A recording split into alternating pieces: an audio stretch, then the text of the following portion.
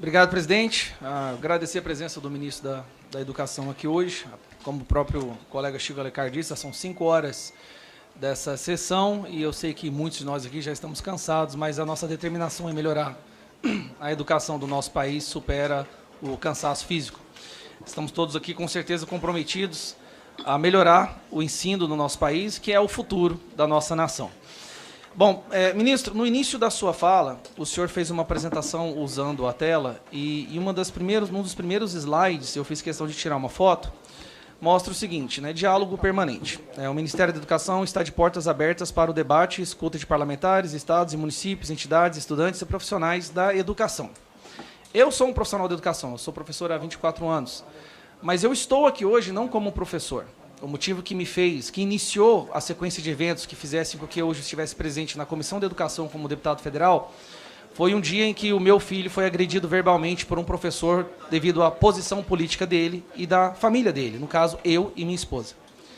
2 anos depois disso, eu tive a minha filha voltando chorando da escola várias vezes, justamente pelo posicionamento que ela defendia, pela sua fé, pelos seus valores, e ela sendo motivo de chacota, muitas vezes, por professores também. Foi onde eu comecei a decidir que era uma pauta que não só me afetava, mas percebi que afetam milhões de pessoas no nosso país e que são pais que estão sendo ignorados. Voltando ao slide do início da sua fala, eu não vi a palavra pais aqui, ou famílias. Eu acho que a gente precisa, para que nós tenhamos uma educação saudável, eu acho que nós precisamos aumentar ou incluir a participação dos pais, dos responsáveis pelas crianças, das pessoas que verdadeiramente amam e dariam suas vidas por elas, que depositam todas as suas esperanças para que nossos filhos tenham uma vida melhor que nós tivemos e que eles possam viver em uma nação melhor em que nós recebemos. Então, eu gostaria de saber do senhor se há no projeto desse governo alguma iniciativa no intuito justamente de trazer as famílias e os pais para mais perto e se eles poderão ter voz na criação dos nossos filhos. Eu digo isso porque, recentemente, eu fiz um seminário aqui no Congresso, onde nós tivemos em torno de 600 pessoas, numa quinta-feira à tarde. O seminário tinha um único objetivo, falar sobre a doutrinação no sistema de ensino brasileiro, que muitos falam que não existe, que isso não é um problema, que isso não deve ser levado a sério. Eu convido essas pessoas a ouvirem os relatos de milhares, eu me corrijo, milhões de pais, de professores que estão sendo perseguidos nas escolas, nas instituições de ensino, justamente porque eles não se curvam a uma ideologia que está predominante hoje no sistema educacional brasileiro. As crianças, aos jovens que chegam chorando em suas casas, que têm que mudar de escolas, que pedem para os pais para não voltar para a escola mais, porque eles viram motivo de chacota e são perseguidos. Adolescentes que cometem decisões fatais, muitas vezes, porque se sentem excluídos justamente por causa disso. Porque eu acho que a política se infiltrou no sistema de educação, isso não pode acontecer.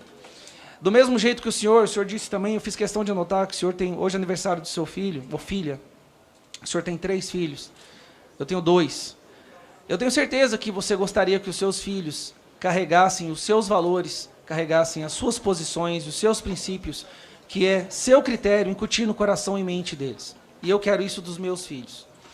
O quão indignado ou revoltado o senhor ficaria se, ao chegar da escola, um professor tivesse virado a mente do seu filho contra os seus valores, os valores da sua esposa, ensinasse o seu filho a te odiar pelo que você defende ou acredita.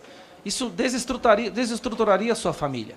Eu, como professor, se os seus filhos algum dia viessem a ser meus alunos, eu respeitaria o seu relacionamento com seus filhos acima de qualquer posicionamento político meu.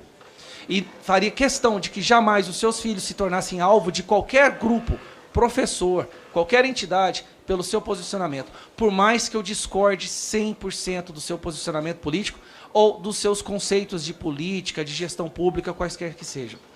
Eu acho que a gente precisa trazer isso para o debate sobre educação. Isso está virando um problema tão sério que hoje nós temos uma porcentagem considerável dos pais do nosso país tentando aplicar o homeschooling, que é estudar, fazer com que os filhos estudem dentro de casa. Pais hoje têm medo de colocar os filhos nas escolas, por 2 motivos. Primeiro, por essa onda de ataques que nós estamos testemunhando. O segundo é porque isso são relatos que não param de acontecer.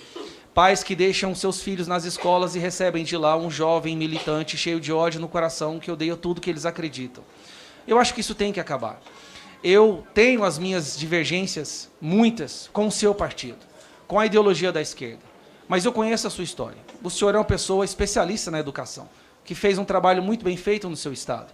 E eu tenho certeza que o senhor não colocou na pauta, no projeto do seu estado, que a sua ideologia fosse aplicada. Mas existem muitos profissionais da educação, instituições que estão fazendo isso. Eu queria saber do senhor se isso vai ser levado em consideração, se a gente vai poder lutar contra isso. Porque famílias estão sendo destruídas, futuros de crianças estão sendo destruídos, e isso não pode acontecer. A educação, a gente está tentando desenvolver para a nossa sociedade pessoas capazes de agregar valor, pessoas capazes de serem independentes, de criarem novas tecnologias, de criarem novos hábitos, novas ferramentas para evoluir, para melhorar a qualidade de vida do povo brasileiro. E não para levar adiante uma ideologia quaisquer que seja. Da mesma forma que eu falo sobre a questão da ideologia da esquerda estar dominando a mente do sistema educacional, eu não aceitaria que fosse o contrário. Porque poderia destruir várias famílias que têm diretrizes, valores e princípios diferentes. Em relação a isso, agora, para concluir, estamos nos segundos finais. Em relação ao capitão Alden, que falou na questão das escolas militares, o senhor disse que ele pode ter se confundido. Eu tenho um relatório aqui do INEP. E esse relatório, porque já existiam escolas cívicos militares numa espécie de um formato protótipo, e o resultado das escolas cívicos militares eram sempre melhores das escolas tradicionais, e das escolas militares era mais do que o dobro na pontuação do IDEB. Então, só para concluir, era mais do que o dobro. Então, se nós temos aqui uma experiência que trouxe resultados, num sistema de educação brasileiro que é falido há décadas, estagnado há décadas em vários governos anteriores, se nós temos a solução, por que lutar contra essa solução? É uma questão ideológica? Por que não ampliar uma coisa que está dando certo ao maior número de escolas possível? Obrigado. Obrigado, deputado Gustavo Gayer. Obrigado mais uma vez por compartilhar o seu testemunho pessoal também. Gostaria de convidar para fazer uso da palavra agora, nesse momento, o deputado Abílio Brunini, por até 3 minutos.